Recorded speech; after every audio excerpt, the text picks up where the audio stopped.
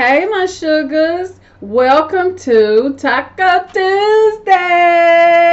Yeah. Everybody love Taco Tuesday, which they say it's every Tuesday, but we always forget that it's Taco Tuesday. And you are chilling with Mocha. Just came home from work and I'm tired, but we about to get this in. So, first of all, got the U of L cup on deck. That's always going to be here.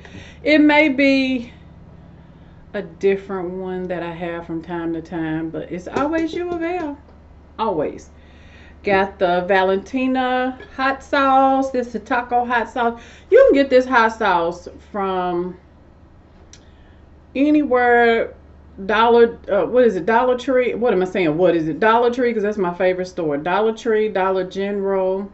I'm trying to think of where else you might be able to get it from. And then what I have today is Guala Hoopa. I believe that's their name. Hold on. It is Guaranchata. I can't even pronounce it. But it's over. Here's the bag. If you can see it, they have the best taco. It's like a supermarket. It's right next door to Big Lots. If you're in Louisville, Kentucky, off Preston Highway. And you walk in there and go to your left, and there is a restaurant. And they cook everything by hand. They make the tortillas from scratch. Everything that I've had over there. And yes, I've had a pretty good amount on the menu. It's pretty good. So, and it's cheap. It's not expensive at all. So, I like that spot. It's right next to Big Lots. And a story that I have is I kept going into Big Lots, and I was with a friend of mine, and I was like really shady towards it. Like they would be barbecuing outside the grocery store and everything. And I would turn my nose up. See, that's why you can't be shady. Because I love hole in the wall restaurants. So this is basically like a hole in the wall taco place. And you can sit down and eat and everything, but it's just not like you wouldn't know that there was a restaurant in there unless you just happen to go in there one day.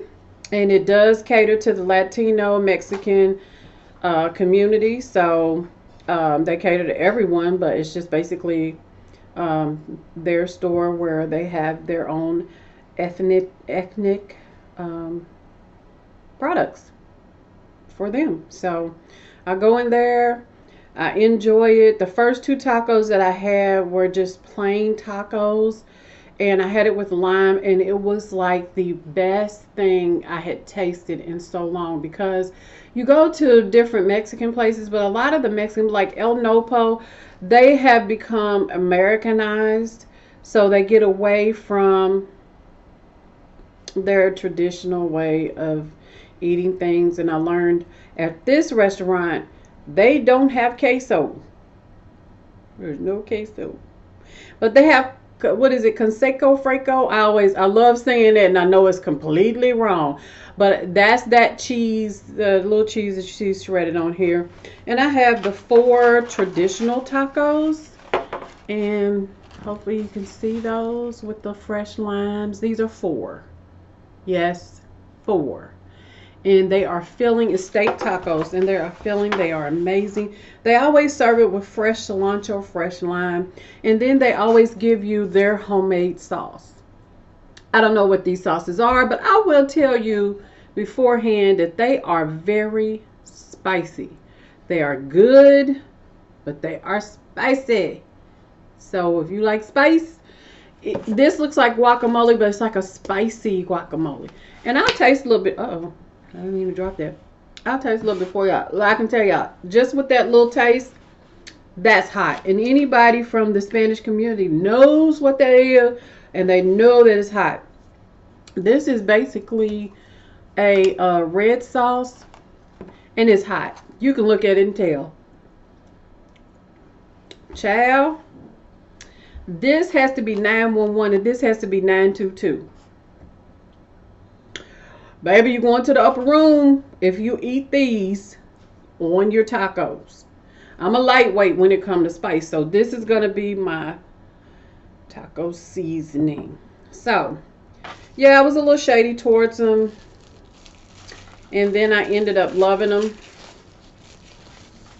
And so, at least once a week, we got tacos. Their quesadillas are really, really good. And today, they sold out of chicken. So, yes, they sell out of chicken. So, I had to get steak, which is fine. And the steak with them is called asada.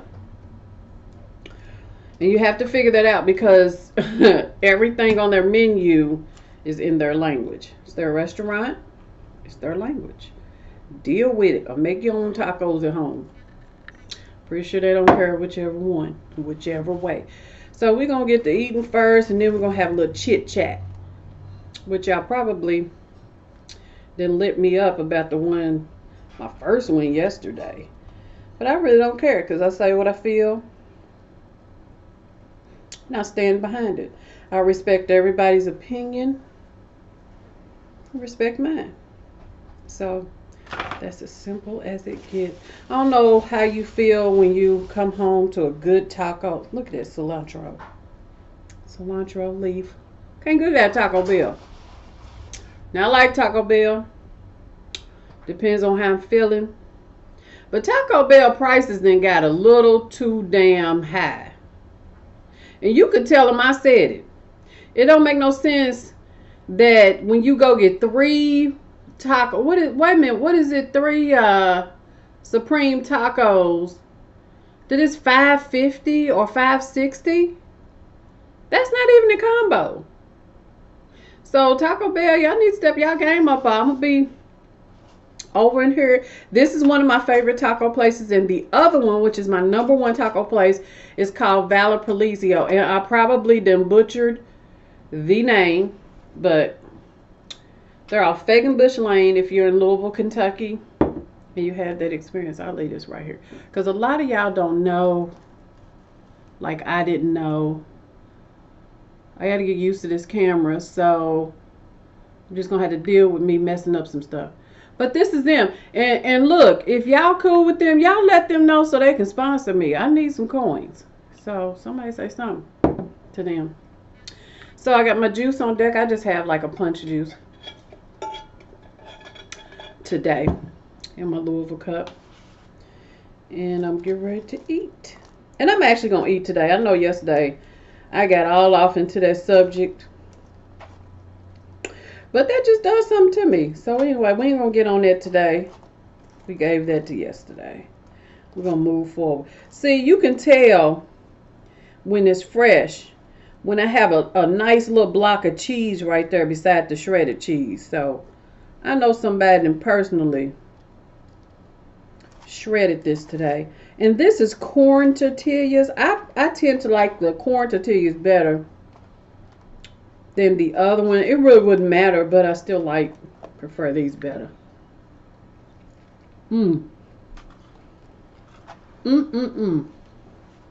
Child.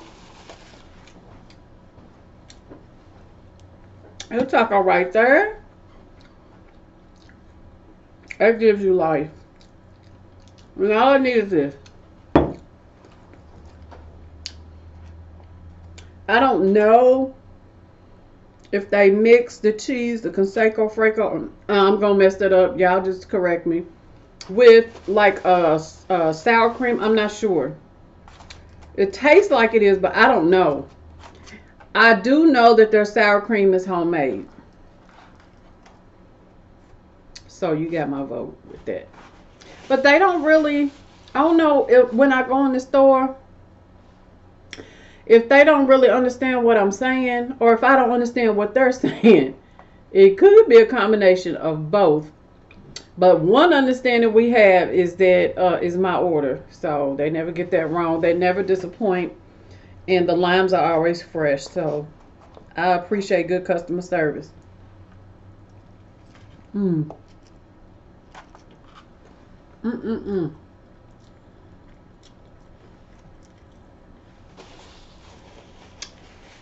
Tell Jesus thank you. I ain't gonna have no lipstick on after this. Shirt already messed up. It is what it is. Dang, this time is going by fast, I guess, because I'm enjoying it. And see, this seems a little hot to me, but this really ain't hot. I just don't eat a lot of hot stuff. Like the one chip challenge. I don't know. I don't know if Mocha ever make that. A one chip challenge. They probably take me into the upper room with that one chip challenge. I ain't gonna make it. I see people scream taking that challenge. And they gotta wait. It's like rules to it. You gotta wait 1 minute, 2 minutes. There's levels to that. It ain't just somebody eating a chip. I don't know if I'm ready for that yet. I ain't made it there yet. But this taco is delicious. You know how you can tell when something's good when you don't have to have a lot of it and it just satisfies your soul. Now this, I'm gonna eat this whole taco, but it satisfies your soul because it's good. So happy Taco Tuesday. Taco Tuesday. Nobody want to hear me sing. Taco Tuesday.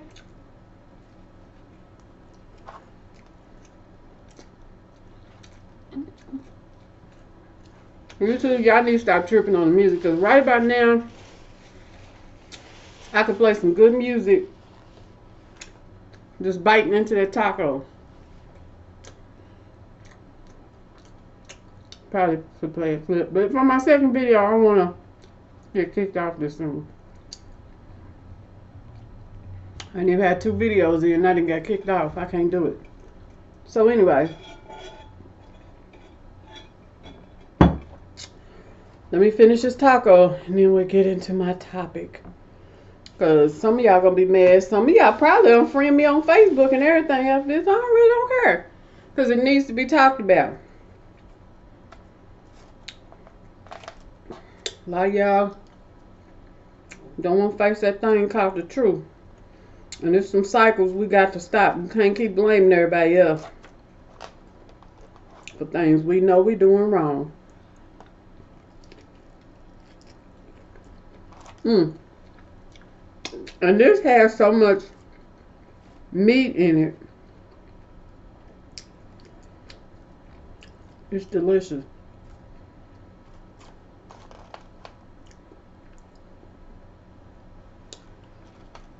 I'm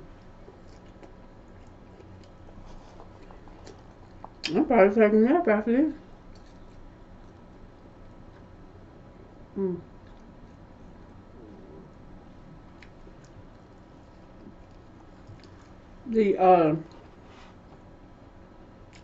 I think the corn tortilla shells are really good, and I'll tell you why. I don't think of what year it was. 2006. I was in Lexington handling some business, and outside my sister's house where she was staying, I think it was like a duplex or something, I'm not sure, but the next door was a family of Mexicans. Love them. They're very, very family oriented people. And you sit back and learn a lot from them. Like, they protect their family. So, helping her. And I paused, and even though we didn't speak the same language, I guess body language showed that I was tired. My son was tired. We were hungry. And it didn't look like we were going to be done no time soon. So the ladies that were out there, it tickled me because they had a bunch of kitchen chairs out in the yard and some yard chairs. Like, nothing matched, and it reminded me of home because that's just what we did. And the kids was driving around their little, those little kid cars, remote control, how they messed that up, control cars, whatever it is, cars. And they just having a ball. They riding bikes. They having a ball. A bunch of kids out there. And they asked me, and they were cooking in the yard. And I did not know what they were cooking. And they asked, they said, come. So I went over there and I said, hello. They said, hello. And then I said, hola, like a damn idiot, because that's the only damn thing I knew. after 4 years of Spanish in high school. And they said, "You want?"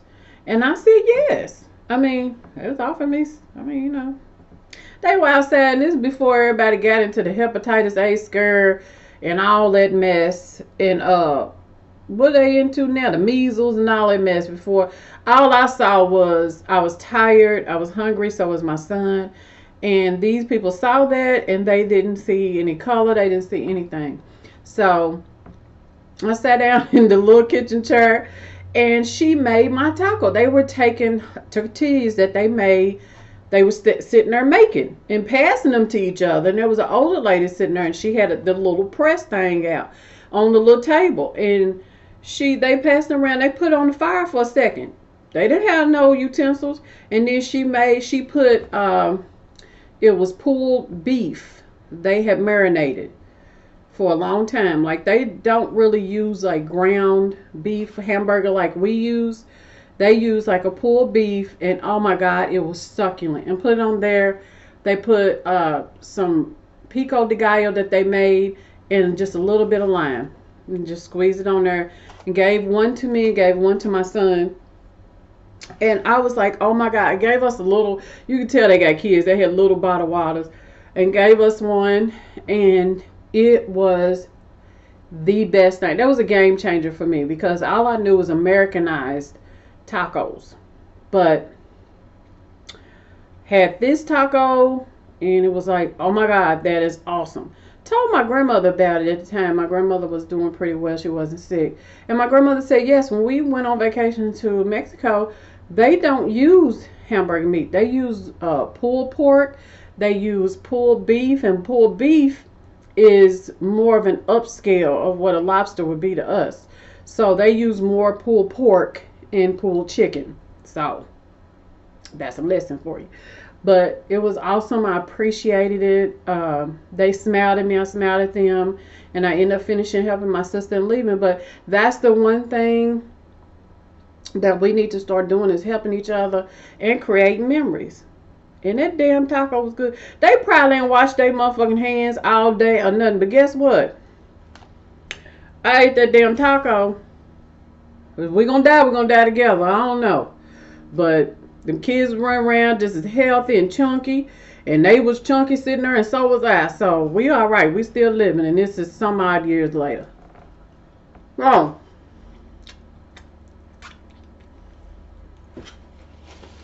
That taco's good. I ain't gonna make it through these. I do it all the time. I'm gonna make it through these tacos. But I am about to put on these shades I got from Miss Ronnie's Accessories, a friend of mine. She has a store off Barstown Road. I don't know why my eyes itching like that. Like something attacked me. Off Barstown Road. And she has a really nice boutique. You're not going to find 2 or 3 of the same thing. So, saw these shades.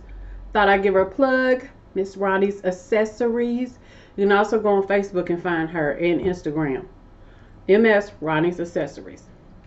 And now we're about to get into our topic. So,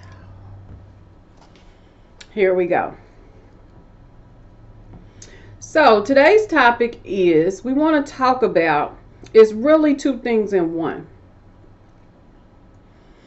I want to talk to a lot of you that always put a label on, say it's a young girl in your family. You always put a label on the girls. Always, as far as who they're dating. And I, for one, I've seen it growing up. I don't think family means any harm by it. I think that they want you to have better, as to why they say, well, if you dating somebody, he need to have some money, or yada yada. It's always financially based. They never really get to know the person, or in rare cases they do. But the main thing is where is he going? What does he have? And they never really focus on what you have. what you bring to the table. They never really boost up your self-esteem to say you don't even need him. You are all that you need. Now, in my family, they did. My mother, my grandmother, they always wanted to make sure who I was dating was good for me, was a good person. And even my mother didn't judge. She did not judge. She wasn't one to be like, oh, he ain't got nothing. I know his family, yada, yada, yada. I've seen some of my friends' parents, not really open up to the person that their daughter was dating because they felt like he needed to have some. So I say that to go on to another road. That's happy. We love it. Yes, let's move on. So it leads me to go into this conversation of why do we allow our young black women to date older men? Pause. Yeah, and you can sit there and deny it all you want. I've seen 14-year-olds date 19-year-olds, 20-year-olds. They come pick them up at the school and take them home after school instead of catching the bus. And all their mama would say, oh, how you doing? How's that right? Because you're looking at financials instead of what is good for her. Now, what you're introducing her to is a life of being materialistic. And I really don't care how you feel about the subject. I've seen it. I've witnessed it. It was a part of my history of growing up with people. I dated my son's father for years, for 7 years. We had my son, but we were a year apart. Really, technically 2 years. 1 year in school, but 2 years apart. But I sat there and watched some of these young girls, because they were built up, shaped up, looked like older women. It was okay for these grown-ass Negroes to come pick these little girls up after school or after practice. And then you want to get mad when they pregnant, when they 15 and 16, 17 years old. They don't want to do nothing with their life. Nobody even told them there was a college up the street. Nobody said there's a technical school up the street. Nobody said you can be more than just having a baby. And having a baby by older men was a little bit worse. But wasn't no R. Kelly charges. And I ain't on R. Kelly's side. But there wasn't no R. Kelly charges. Because you sat there and you watched your daughter date a grown-ass man. Cuss me out. Feel how you want to feel. But you aided and abetted in that situation as well. Because let me tell you something. If my father was in my life at that age, I'm talking about my biological father. If he was in my life at that age, I probably wouldn't have got to date Jakari's father, my son's father.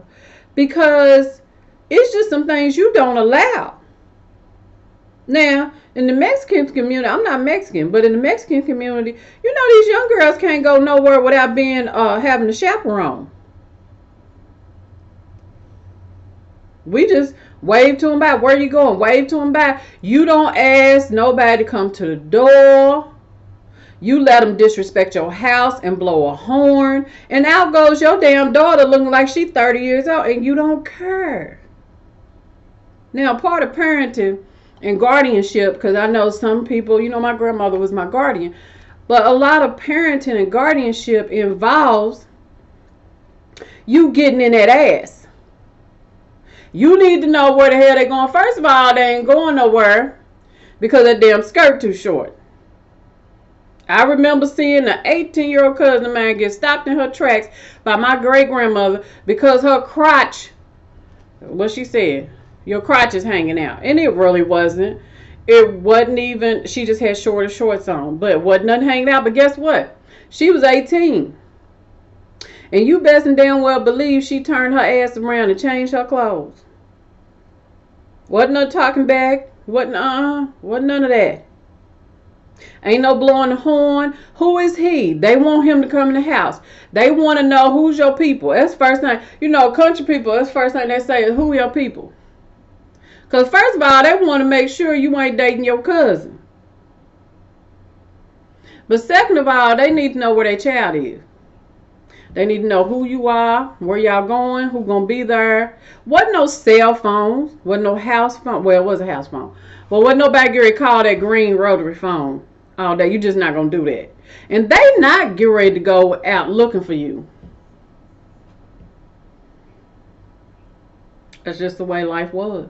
Now we did our stuff, we did our dirt, but they didn't know nothing about it. We didn't do it all outright in front of nobody. But you mothers and you fathers have got to start playing y'all's role and quit letting y'all 14, 15, quit thinking these kids is grown at 14 and 15. They not. If they was grown, they wouldn't be still in your house. They wouldn't be in your house taking up electricity and eating all your damn food. If they was grown, they'd be somewhere with a job. So you're not going to leave my house, and I don't know who you going with, where y'all, what's the destination. And then now in the whole process, they might be telling me a lie, but guess what? I'm going to ask. I'm going to find out. But ain't no 14, 15-year-old child of mine get no car with no 18, 19-year-old men. They seasoned. They out there. I'm not saying your child ain't doing nothing, but what I'm saying is be a parent. Stop pimping your kids out. They wouldn't think it was okay if you wasn't somewhere pimping them out. That's basically pimping them out. And I don't care how you feel about it. Govern over your girls, especially your girls. We have low self-esteem at a young age. And the last thing we need is for you to say it's okay for me to get in the car with this grown-ass man. Some of them was 25, some of them was 30, baby. And because they was drug dealers or whatever, their parents didn't care nothing about them leaving with them. So you got to stop this cycle today. Start getting in the ass. Throw the ashtray like my mama did. Throw the ashtray. The little green, heavy-ass ashtray. Put the hole in the wall. Now, yeah. That's what you need to start doing. I can't tell you 100% of what to do because there's no handbook to parenting. But what I will say is you need to start governing over your hot-ass kids. And you say no. And tell them why. Because they won't know if it's right or wrong later on. Why did mama tell me no? You're going into the world a little early. Just got out of daycare. Why you going to sit in somebody's car? You 14, 15 years. The people that he can ready go hang around, you ain't got no business even hanging around. So that's why you need to kick your kid ass. And we need to kick your ass for letting it happen if it's happening right now. You need your ass kicked too. Stop all that. And I don't care if you know the family. He ain't got no business wanting your daughter.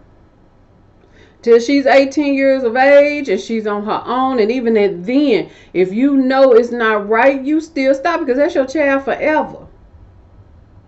Now, there are rules and there are rules. Handle your business with these kids. I'm out for the Taco Tuesday. Peace. Oh, and thank you for chilling with Mocha.